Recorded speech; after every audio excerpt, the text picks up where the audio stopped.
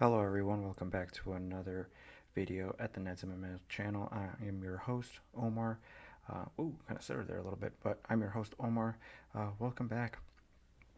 Today's going to be a little bit more of a laid back video, nothing crazy since this week's card is not the best. It's kind of crappy to be honest, but want to recap UFC 280 since it was a massive card. A lot of action, a lot of changes in the UFC. So let's get into it. I'm not going to go over the prelims. Honestly, overall, the prelims were pretty uneventful, for the exception of the Krylov Ozdemir fight, which is good for about 3 minutes of the first round. Um, Mahad Mokayev got a pretty decent armbar finish in the late in the third round, but he didn't look that great. I know he said in the post fight that it was him at 50%. Um, yeah, man, we don't care to hear that afterwards. We want to see you perform in the cage. Maybe you did have something coming in, but that's not an excuse. And uh, he did perform pretty well overall, but Malcolm Gordon put him in tricky situations.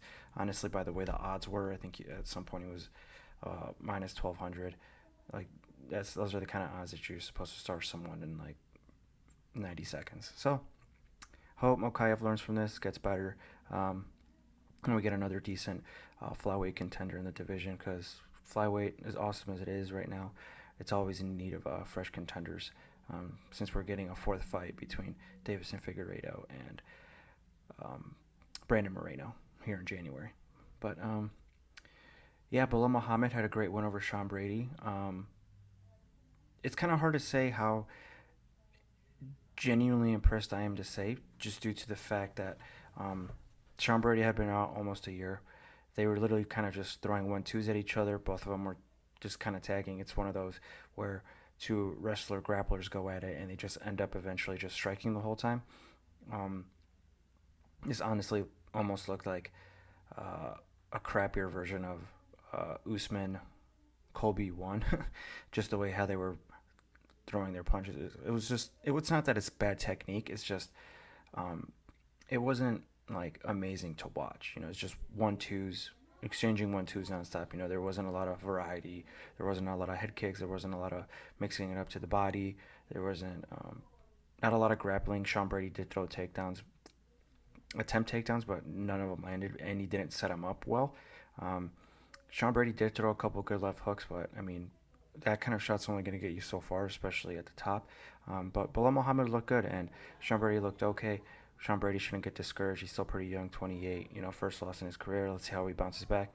Bilal Muhammad, it's tough for him going forward. Literally all he has next is um, the champion Leon Edwards or Kamaru Usman, Colby Covington, Gilbert Burns, and Hamzat Chimaev. The best chance he has of beating those guys is probably Colby in a 3-rounder. 5 rounds, it doesn't look good for him. Um, but in a 3-rounder, he probably does fairly well. Gilbert Burns, I think, finishes him. Um, Hamza Chimaev finishes him. Leon Edwards finishes him. And I can see, honestly, Usman also finishing him. Those guys are just so much better. That's why I said Bilal didn't show anything great. Yeah, he got the TKO finish, but it's not like Sean Brady went down. He was tagging him a lot. He didn't get like a knockdown or anything. It was just an accumulation of damage, and the ref had saw enough. Um, that's why it was impressive, but it doesn't blow my hair back that I see him that he's going to be a world champion, especially when you see the cream of the crop for those guys, those top 5 guys. It's just, they're really the next level. We're going to skip Manny Fiorot, Kalen Chikagian. Not a good fight, to be quite honest with you. Um, Benil Dariush versus Mateusz Gamrot. I had Gamrot going into that fight just because of Benny's inactivity, and I just thought a cardio was going to be an issue. Um, but he showed up looking like the best shape of his life. He did not slow down. He actually got a big knockdown in the third, and really nullified Mateusz Gamrot with the wrestling. He really threatened with that step in knee when Gamrot tried to shoot all the time. The scrambles were fun. Benil threatened with submissions, which probably put Gamrot on the back pedal a little bit, trying to engage in those grappling situations compared to the Sarukian fight. So Benil looked great, and I hope he gets a title shot next. I know there's talks of Islam fighting Volkanovski next, But, Beneil looked great. That looked like the best Beneil we've seen in a very, very long time. Even on his 9 fight win streak, I think that's the best he's looked in said win streak, especially over other decent names like Drakkar Close, Tony Ferguson, um, who else? Drew Dober, really good guys. And he really just beat a really good guy like Gamrot, pillar to post. Um, who's young, 29, who's a great grappler himself. I think he's 23. He was 23-1 at the time. That's a fantastic win. So I hope Beneil Dariush gets a title shot, and he really should be ranked above Dustin Poirier and Chandler and Gaethje at this point. He really should be the number 2 guy in the world. Because that 9 fight win streak wins in itself, and I think Mateus Gamrot is a better win than some of the wins that these guys have had, especially when Poirier's coming off a loss, Gaethje's coming off a loss, and Chandler's last win was Tony Ferguson, which is a great knockout win, but it's just a 1 fight win streak, and Beneil is on a 9 fight win streak over fantastic guys, similar guys that Islam is, and that they pushed him up to like number 2, I think, by the very end, or number 3. So yeah, I hope Beneil Dariush is able to turn around. He said he wants to fight Charles in January in the Rio card. That might be too soon for Charles. I kind of want him to take some time off, but we'll see. I hope Beneil gets a big fight like that, though, like a number 1 contender fight, like a Charles Oliveira, or gets the shot at Islam, because he deserves it, and I think it's honestly one of the only intriguing fights at lightweight right now. All right, the big controversial one, Sean O'Malley versus Peter Yan. I've watched this fight 3 times already. First time, I was extremely biased because I was rooting for Peter Yan. He was on my parlay, and I had him on my DraftKings. So I was pretty upset when they announced this decision. On rewatch, without bias and without being intoxicated, because I was with the boys, and Saturdays for the boys, and of course we're gonna kick back some beers. I still had Peter Yan winning 29-28. But I can see why they gave the first round to Sean O'Malley, and I'm not mad about it. That round is as close as rounds get, and in a sport like this, you can't say it's a robbery when you have close rounds like that. This fight was not a robbery by any means necessary. Sean O'Malley did what he had to do. Peter Yan got a big takedown, but Sean O'Malley also had a decent takedown, and he outstruck him in that said round just by a little bit, and he was the more active fighter. But I still gave Peter Yan the round because of the good control time and the takedown. But like I said, I don't blame the judges for giving that first round to Sean. Second was Peter Yan. He did get rocked very early on, but he rocked Sean right back, even worse. Dominated it on the ground a little bit, landed some good ground and pound shots only in that round, and was active and was landing. Third round, Sean O'Malley really turned it up. Landed a big knee that rocked Peter, cut him open, bothered him a lot, and he wasn't landing a lot. Peter was landing some counters in those heated exchanges. And then there's a big head kick that looked like it didn't rock Peter, but he immediately shot for a takedown, like from kicking distance away. So for sure that affected him a lot, because he knew, he's like, oh crap, I got cracked right now. I need to shoot him for a takedown, because that kind of really bothered me. So I gave the third round to Sean, but like I said, I don't mind that they gave it to Sean O'Malley. A split decision is fine. That makes sense. But it's not a robbery by any means. I personally want to see a rematch at 5 rounds. I don't think Sean O'Malley should get a title shot. And, I don't know, depending how quick they want to turn this around. I don't know if Peter Yan did get cut pretty good and he got banged up a good amount. Sean didn't look too banged up physically, on the outside, but I don't know if he had any lingering stuff afterwards. After a fight like that, of course you're going to be pretty sore and pretty beat up all around that you didn't even know you got hit with. But I prefer to see a rematch. And moving on to the champion of that division, Aljamain Sterling versus TJ Dillashaw. This was a massive letdown just because TJ came out afterwards that he's been having this dislocated arm issue since, or dislocated shoulder issue since August. Like, seriously, man, like, why are you coming in and fighting with a dislocated shoulder like that? Like, he said, yeah, he had to get paid. I understand that. Makes complete sense, because he hadn't fought in like 15 months, I think, by the time this fight took place. But, that kind of just made Aljamain Sterling look great.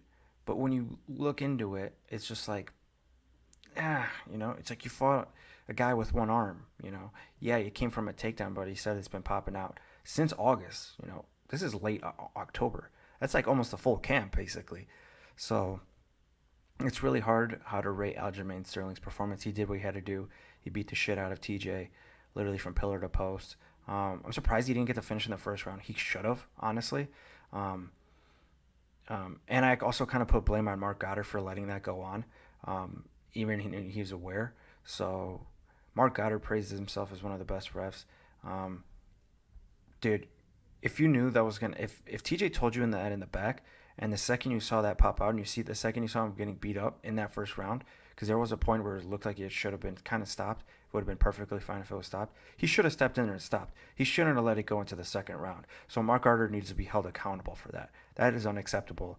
As someone who praises himself as being someone that looks out for the fighters, he needs to step up and hold accountability. I highly doubt he does that because he's very full of himself, but that's just how he is. He should do his thing. I hope deep down inside he knows that was a mistake to let that go into the second round. But good for Aljamain Sterling.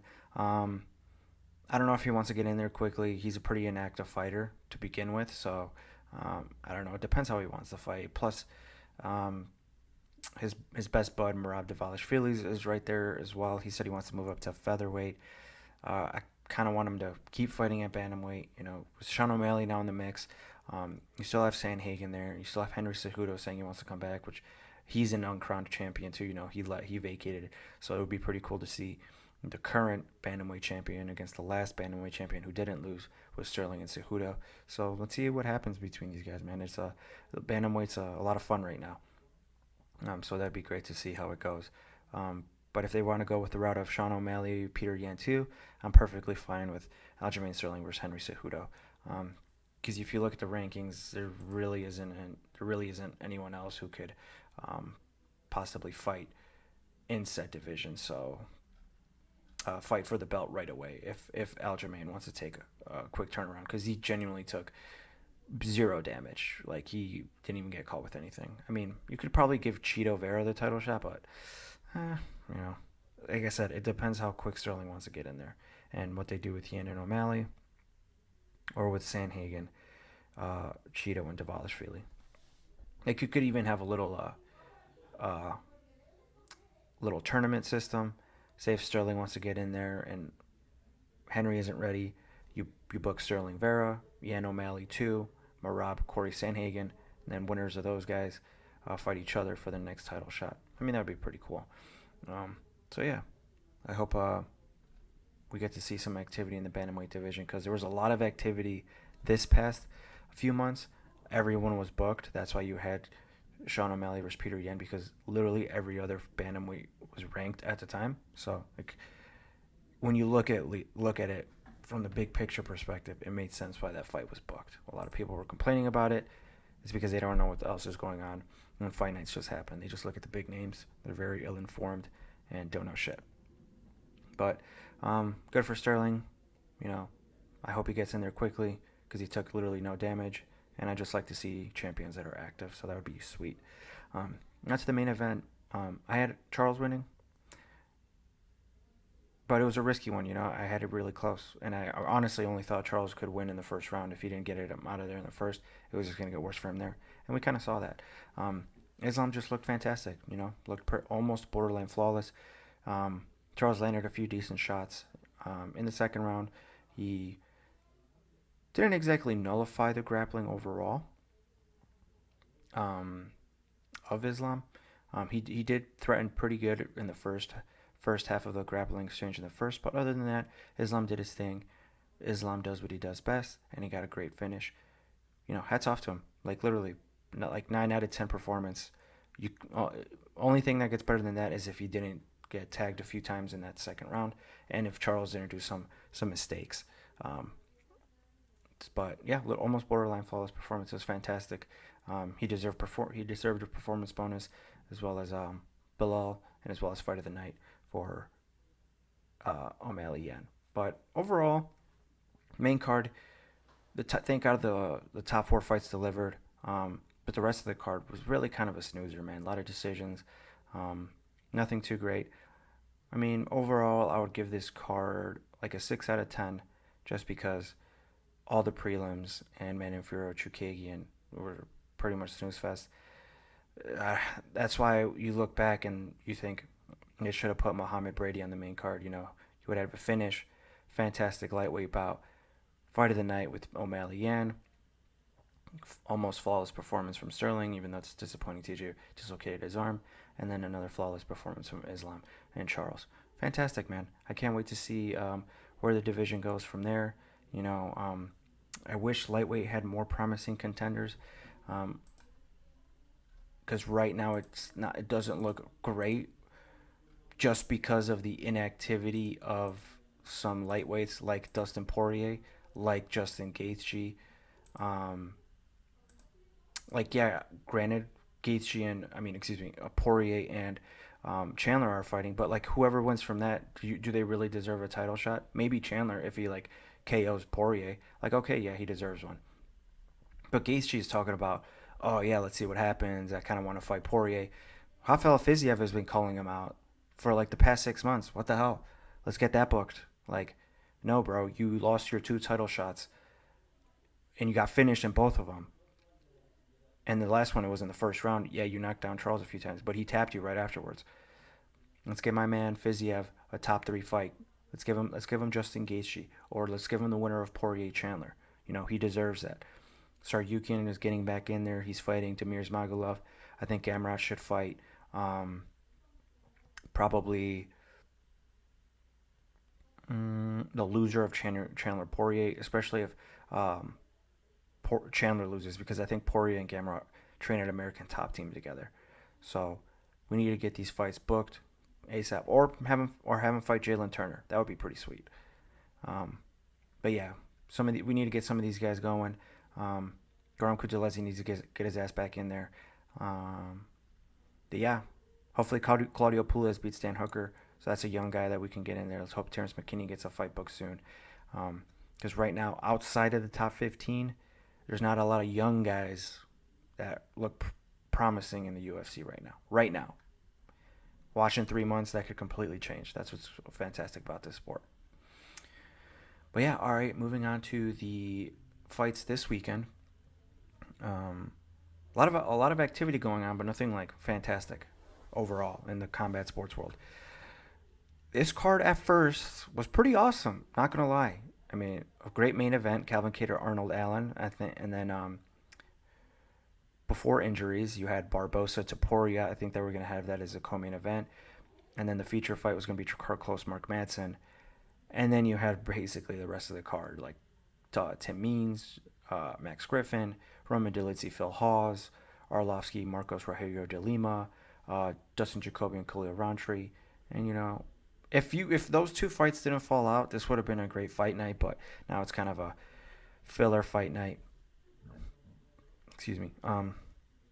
So now we get a Tim Means Max Griffin co-main event. That would have been fine 2 years ago, but today they're old timers. The only fights I really want to talk about that genuinely give me interest is Roman Dolidze, Phil Hawes. Roman Dolidze 10-1, Phil Hawes 12-3. Dolidze, I believe, on a two-fight win streak. Two-fight win streak. Last had a very impressive win over Kyle Daukaus.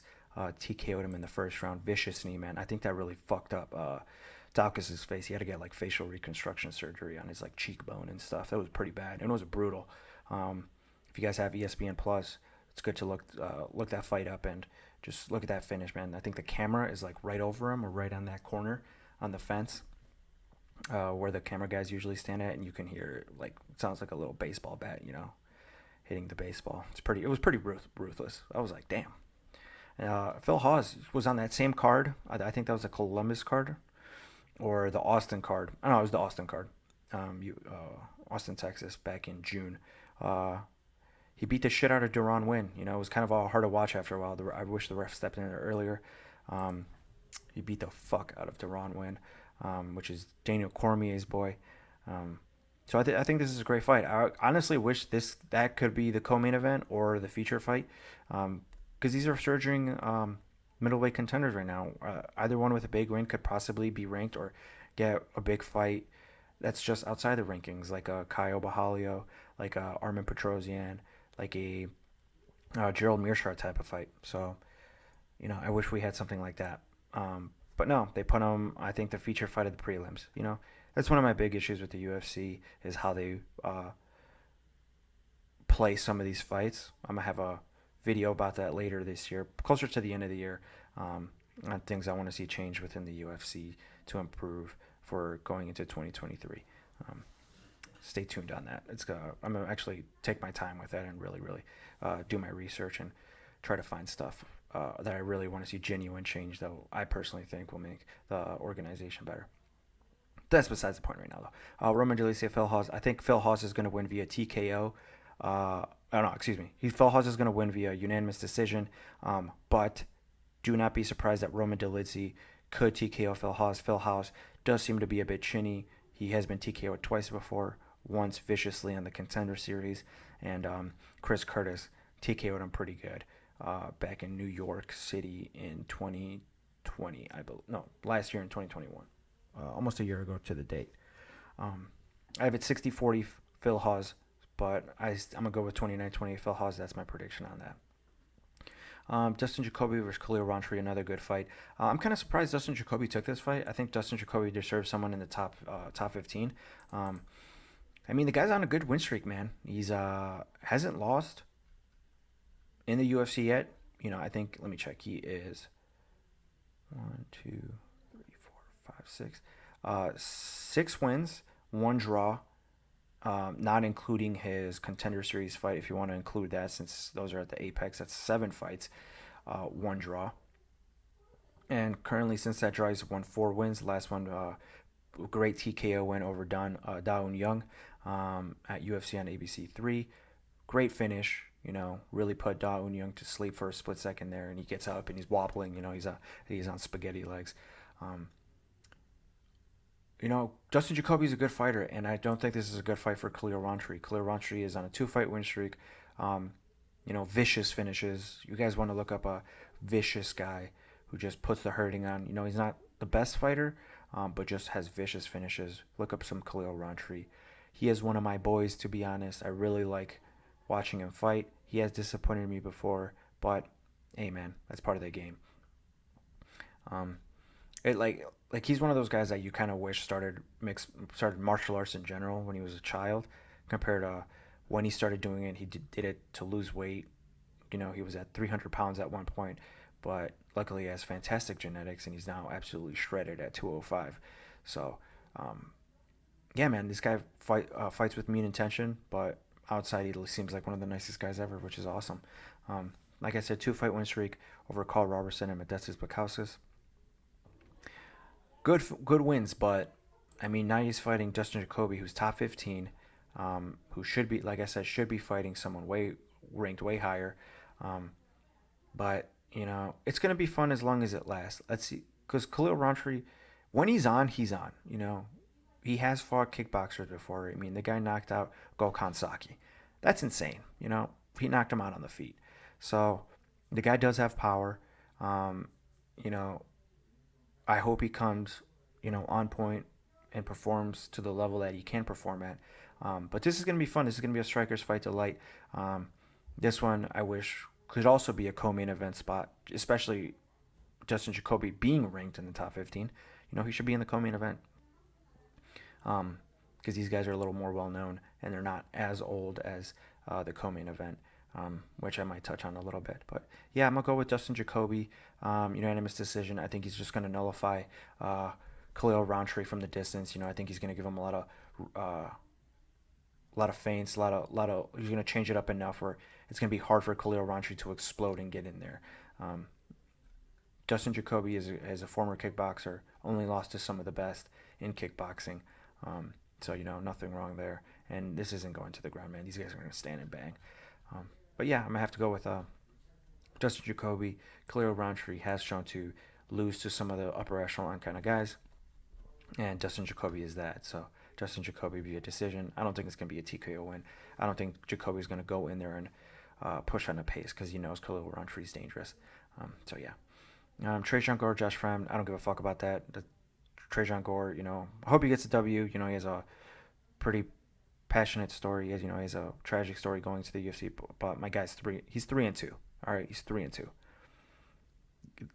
He shouldn't be on the main card, but whatever. Dana White likes him, so they put him on the main card. Waldo Cortez Acosta versus Jared Vanderaa. I mean, this is a 12-9. Jared Vanderaa is 12-9, and he's the featured fight on the card. And they have Delice 10-1 and Phil Haas 12-3 on the prelims. And they have Arlovsky, Marcos Rogelio de Lima. Yeah, Arlovsky's 34-20, but that's Andre Arlovsky still, and he beat Jared Vanderaa like 2 fights ago. Like, what the fuck? Like, what are you doing, UFC? Come on, like, get your shit together. And plus, he's fighting Marcos Rogelio de Lima. Like, yeah, that guy wins and alternates fights all the time, but it's either he gets just smothered or he fucking knocks someone out in 90 seconds. Like, put that on the main card, man. Like, Jesus. Dude, UFC does some stupid shit sometimes, man. And I get called a UFC show. Get the hell out of here. But I hope Waldo Cortez Acosta gets a win. He's a bit on the younger side, 4 heavyweight, 31. And Jared Vanderaa, like I said, 12-9 on a 4-fight losing streak. Why is this guy in the UFC, man? 4-fight losing streak. Get the hell out of here, bro. Get this guy out of the UFC, man. I hope Waldo fucking starches him and we don't have to see Jared Vanderaa fill up cards anymore. Like, seriously. Like, I'm sorry, but he doesn't belong in the UFC. Waldo Cortez Acosta, if he has a big win, I hope he fucking is someone to look out for at 31. Jared Vanderaa. 4-fight losing streak. Pathetic. Get this guy out of here, man. All right, Tim Means, Max Griffin. Not going to go over this much. Max Griffin, TKO, second round. That's all I have to say. It's probably going to be a little fun. Tim Means always brings it. Max Griffin always brings it. But, these guys are older. Tim Means is 38. Max Griffin's 36. They're not going to make splashes in the welterweight division. So, Max Griffin, TKO. That's it. Now an actual fantastic fight. Arnold Allen versus Calvin Kattar. Calvin Kattar should have won his last fight.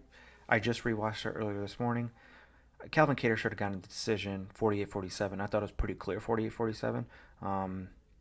I gave him the second, fourth, and fifth rounds. First round was a toss-up, but I gave it to Emmett just because of his late flurry at the end. And the third round, Emmett was just more active. But Kattar didn't take that much damage in that fight. I know a lot of the talk is, these wars are catching up to Calvin Kattar. Not really. I mean, Calvin Kattar showed he still had it, especially the fourth and fifth round were his biggest rounds. And yeah, Josh Emmett hits hard, and Calvin Kattar did get busted up a bit, but he still blocked a lot of those shots with his arms. And that fight took place back in June, Calvin Kattar didn't get dropped or anything. He didn't get wobbled at any point. So it's not like he took an insane amount of damage, and he's taken some time off. Arnold Allen, 18-1, good fighter.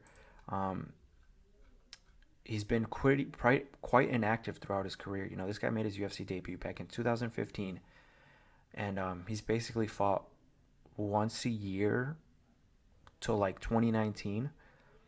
Had 2 fights in 2019, had 1 fight in 2020, 1 in 2021, and then this is his second fight in 2022. And I think that's because he beat Dan Hooker in like 2.5 minutes. Impressive finish over Dan Hooker.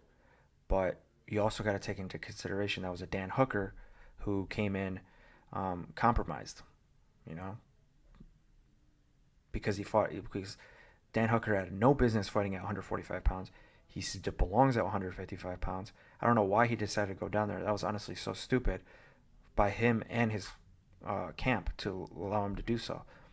He was never good at 145 to begin with when he first joined the UFC. He alternated wins and losses and lost against guys that he shouldn't have lost to for the level of someone like Dan Hooker. So it's kind of hard to put a lot of praise on that win for Arnold Allen. Arnold, and a good fight to look at where Arnold Allen genuinely stands in the division is his fight with Sadiq Yusuff. He won those fights because of the knockdowns he had. But overall, that was a very, very competitive fight. If he didn't get those knockdowns in those certain situations, would he have won the fight? if it just went the same as it did. I don't know, man. I don't know, you know. But he did win those fights because of those knockdowns. Is he going to get those same knockdowns against Calvin Kattar? I'll be honest with you. I don't think so. I'll be very surprised if Arnold Allen gets a finish. Calvin Kattar has shown time and time again that he's very hard to finish. Arnold Allen hasn't shown a lot of punching power throughout his career. I mean, yeah, last fight he did TKO Dan Hooker, but that was his last TKO win since 2014. He's not a finisher. He's only finished 3 of his 9 UFC wins. Yeah. He finished his UFC debut via guillotine choke, and then he finished Mans Burnell back in 2018 via front choke. So prior to that, he hadn't finished anyone in 4 years. Like I said, the Dan Hooker, great finish, but how much can we put on that? And Kattar arguably won his last fight. Kattar beat the shit out of Giga Jakazi. He got schooled by Max Holloway, but he's beating other guys, and he's finished great guys like Stevens and Ige. Oh, he didn't finish Ige, but pretty dominated Ige. So I think Kattar is on that level of like the Ortega and Yairs of the division, the Emmets. I can see Arnold Allen beating someone like Brian Ortega and Yair Rodriguez, but styles make fights. But I don't think I could see him beating Calvin Kattar. I think Calvin Kattar gives him a lot of problems, and I don't think this is a favorable matchup for Arnold Allen, especially it being 5 rounds. Arnold Allen has shown to slow down time and time again. So I'm going to have to go with Calvin Kattar via unanimous decision 48-47. I could see Allen winning the first and the second round, but as the third, fourth, and fifth go, Calvin Kattar's just going to put it on him, and Kattar's going to win big with the fourth and fifths, almost looking like a stoppage maybe in the fourth. And then, Kattar probably also a little tired in the fifth, so I'm not going to put it on as crazy, but I just see Calvin Kattar beating Arnold Allen. Allen has looked impressive, but not impressive enough for I can see him being a champion, especially when you have guys like Alexander Volkanovski and Max Holloway right there at the top. So, Calvin Kattar, UD. And that's pretty much it. I kind of wanted to get in my thoughts on the card for UFC 280. All the ones that I talked about, I predicted wrong, so clearly I needed to do more homework. And then again, I was being pretty biased. That is on me. I need to stop looking at fights in an emotional perspective. I just got to go with what my brain knows. That's why I started this channel. This is why I talk about it. So I just need to improve on that. This is only the first time I've done this year where I genuinely talk about it and I genuinely do research and I see where fights can go. So just with time, I'm going to improve. I need to improve if I want to be successful in this. But like I said, I just do this for a hobby. I just do it because it's a good downtime, a good break from work, a good break from, just other stuff going on in life, just that we all have to deal with. But, it's a hobby of mine. So thank you for listening. Please like and share with your friends. They don't, like I said, you guys don't even have to watch the whole thing. Just give me a like, share it with other people so they can watch and give me a like. And I'm greatly appreciated. Thank you, everyone, if you're still here. Have a blessed day. God be with you. And adios.